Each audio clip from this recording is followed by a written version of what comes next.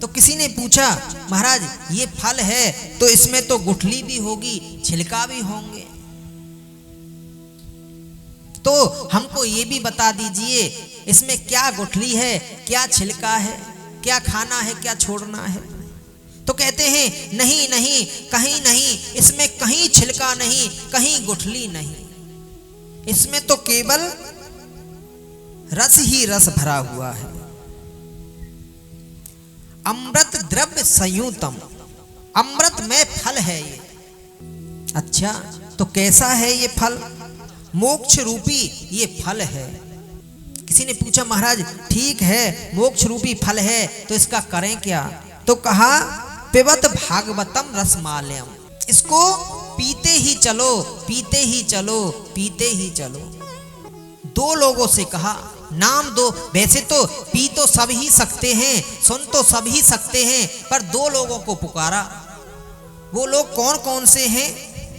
रसिक जन और भावुक जनों को आमंत्रित किया, क्योंकि जिसको प्यास लगी होगी ना वही पानी की कीमत समझ सकता है। बोलो राधे राधे।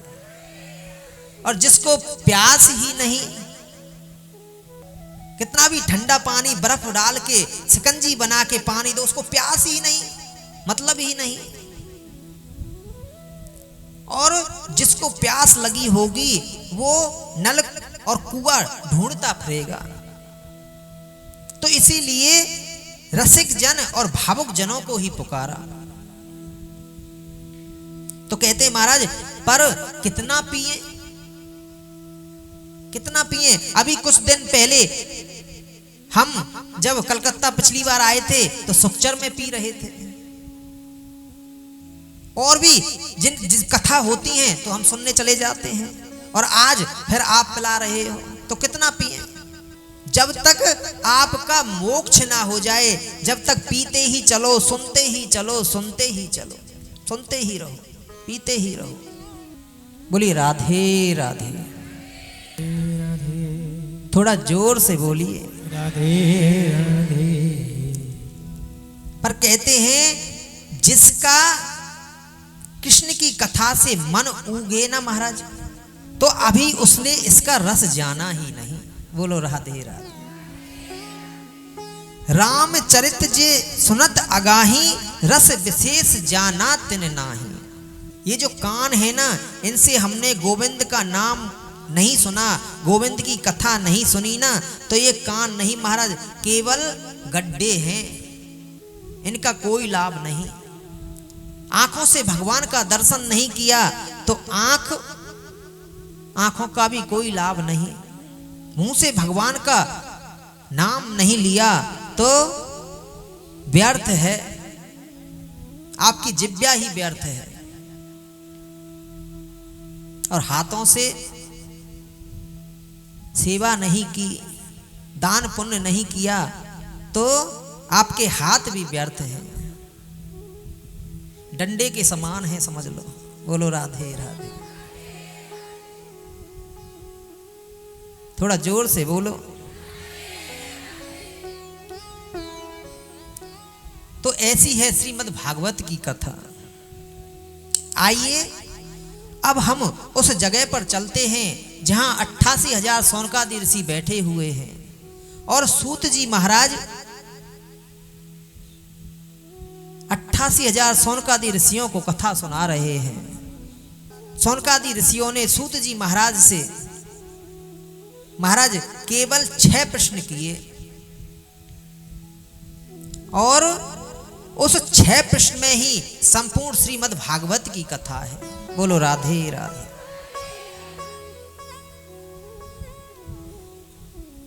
कहा महाराज हम आपसे कुछ पूछना चाहते हैं, हमारे कुछ प्रश्न हैं। सूत जी ने कहा ऋषियों क्या प्रश्न हैं, पूछिए। तो सौनकादि ऋषियों ने कहा सबसे पहला प्रश्न जो किया, जीवों के कल्याण का साधन क्या है? कलयुग में जीवों का कल्याण कैसे हो, मनुष्यों का कल्याण कैसे हो, ये हम चाहते हैं, थोड़ा इसको बताइए। ये जो हमको मानव जन्म मिला है, इसका उद्देश्य क्या है? और दूसरा जो प्रश्न किया, किसको पूजें किसको छोड़ें? जब माताएं मंदिर में जाती हैं ना जल लेकर के ठाकुर जी की सेवा करने, तो कमंडलू में जल लेके जाती हैं। अब भोले बाबा पर जल चढ़ा दिया, पार्वती मैया पे जल चढ़ा दिया, गणेश जी पे चढ़ा दिया। अब जब नंदी बाबा की बारी आई तो जल खत्म हो गया, हनुमान जी की बारी आई तो जल खत्म हो गया।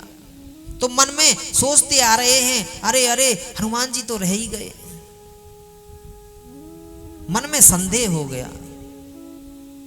तो महाराज हमको एक देव ऐसा बता दो जिसको पूजने से सबकी पूजा हो जाए।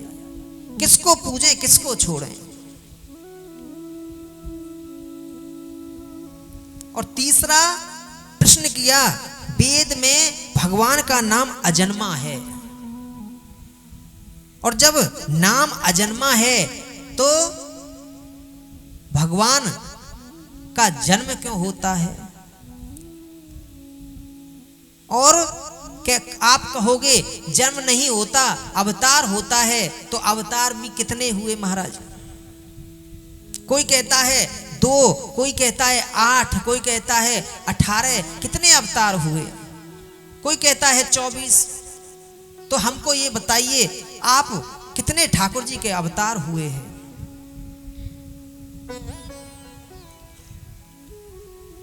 और ठाकुर जी का वेद में नाम है अनामी। अब जब नाम अनामी है तो ठाकुर जी के इतने नाम कैसे पड़ गए? कोई यशोदानंदन कहता है, कोई वासुदेव कहता है, कोई दामोदर कहता है, कोई मुरलीधर कहता है, कोई बांके बिहारी कहता है, कोई कृष्ण मुरारी कहता है। कितने नाम क्यों पड़ गए, कैसे पड़ गए? पांचवा प्रश्न किया, महाराज वक्ता वो श्रेष्ठ नहीं माना जाता जो छोटी सी बात को बहुत घुमा फिरा के बोले। बोलो राधे राधे। वक्ता तो वो श्रेष्ठ है जो बहुत बड़ी बात को भी छोटे रूप में बोले और भक्तों की समझ में आ जाए। बोलो राधे राधे। तो हमको आप सार सार सुनाइए, वेदों का जो सार है वो हमको ग्रहण कराइए। और छठवां प्रश्न किया, महाराज भगवान इस पृथ्वी पर 125 वर्ष रहे। 125 वर्ष के बाद भगवान अपनी लीला संपूर्ण करके अपने धाम को चले गए। तो जब धाम को चले गए तो ये जो धर्म है ये तो निराश्रित हो गया होगा भगवान के बिना। जब ठाकुर जी चले गए तो ये धर्म किसकी शरण में गया? सूत जी महाराज कहते हैं, सोनकादि ऋषियों आपने बहुत सुंदर प्रश्न किए।